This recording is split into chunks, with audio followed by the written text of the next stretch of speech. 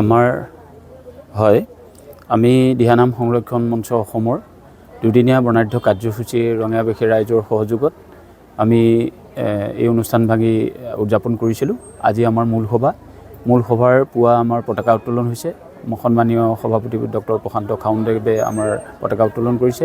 পতাকা উত্তোলনৰ পিছতে আমাৰ বন্তি প্ৰজ্বলনৰ কাৰ্যসূচী আছিলে, ইতিমধ্যে সমাপন হৈছে।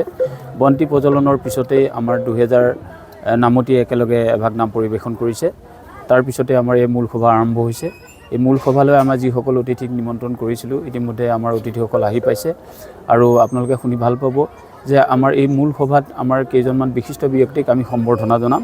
যিসকল লোক সংস্কৃতিৰ গৱেষক লোকেন্দ্ৰ হাজৰিকাকে প্ৰমুখ কৰি কেইবাগৰাকী বিশিষ্ট ব্যক্তিক আমন্ত্ৰণ কৰি আনিছোঁ আৰু এই সভাখন শুভ উদ্বোধন কৰিবৰ কাৰণে অসম সাংস্কৃতিক সঞ্চালকালয় সন্মানীয় শ্ৰীযুত সুদৰ্শন ঠাকুৰদেৱক আমি নিমন্ত্ৰণ কৰিছোঁ। উপস্থিত হৈছে। কি উদ্দেশ্য দিহানামক লৈ কি উদ্দেশ্য? হয়, আমাৰ দিহানামলৈ মুখ্য উদ্দেশ্য হৈছে আমাৰ সুপৰিমাৰ্জিত এখন নিয়মাৱলী আৰু এখন সংবিধান প্ৰণয়ন কৰি অসমৰ ইমূৰৰ পৰা সিমূৰলৈ আমাৰ যি দিহানামৰ অনুৰাগী আছে, এই অনুৰাগীসকলক আমাৰ একত্ৰিত কৰিবৰ কাৰণে এইটো মুখ্য উদ্দেশ্য। আৰু ইতিমধ্যে আপোনালোকে শুনি ভাল পাব যে আমাৰ এই দিহানাম সংৰক্ষণ মঞ্চই এই একত্ৰিত কৰিবৰ কাৰণে আৰু এই সুপৰিমাৰ্জিত সুপৰিকল্পিতভাৱে আমাৰ যিখন নিয়মাৱলী সংবিধান প্ৰস্তুত কৰা হৈছে, ইতিমধ্যে আমাৰ জিলাসমূহলৈকো দিয়া হৈছে। আৰু ইয়াৰ জৰিয়তে আমি এই সুসংহত আৰু সুপৰিমাৰ্জিত আৰু সুপৰিকল্পিতভাৱে আমাৰ এই অনুষ্ঠানটিৰ জৰিয়তে সমগ্ৰ অসমৰ দিহানাম অনুৰাগীসকলক একত্ৰিত কৰি এই দিহানাম ভাগ এটা নিৰ্দিষ্ট ৰূপত ৰাখিবৰ কাৰণে আমি এই ব্যৱস্থাটো কৰা হৈছে।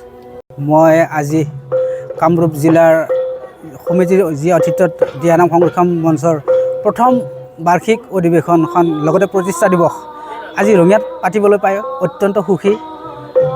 আমি কেন্দ্ৰীয় সমিতিক ধন্যবাদ জ্ঞাপন কৰিছোঁ। আমাৰ দৰে জিলাখনক আজি ৰঙিয়াক এই অনুষ্ঠানটি পাতিবলৈ দিয়াৰ কাৰণে তেখেতসকলক ধন্যবাদ জ্ঞাপন কৰিছোঁ। আৰু আমি দিহানাম সংৰক্ষণ মঞ্চৰ যিসকল ব্যক্তি ইয়াত জড়িত আছে, খুব ভাল লাগে। নিজৰ পৰিয়ালৰ নিচিনা পাইছোঁ, নিজৰ ভাই ককাৰ নিচিনা বা আই বাপৰ নিচিনা একে পাইছোঁ, ভাল লাগিছে। এনেকুৱা অনুষ্ঠানত যে আমি ৰঙিয়াত পাতিবলৈ পালোঁ আৰু বহুত সুখী হৈছোঁ।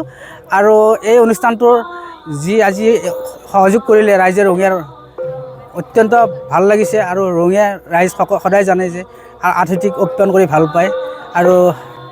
আৰু বিশেষ নকওঁ, অনুষ্ঠানটো বহুত ভাল পালোঁ আজি আমি অনুষ্ঠিত কৰি। এইখিনিয়ে ক'লোঁ, ধন্যবাদ।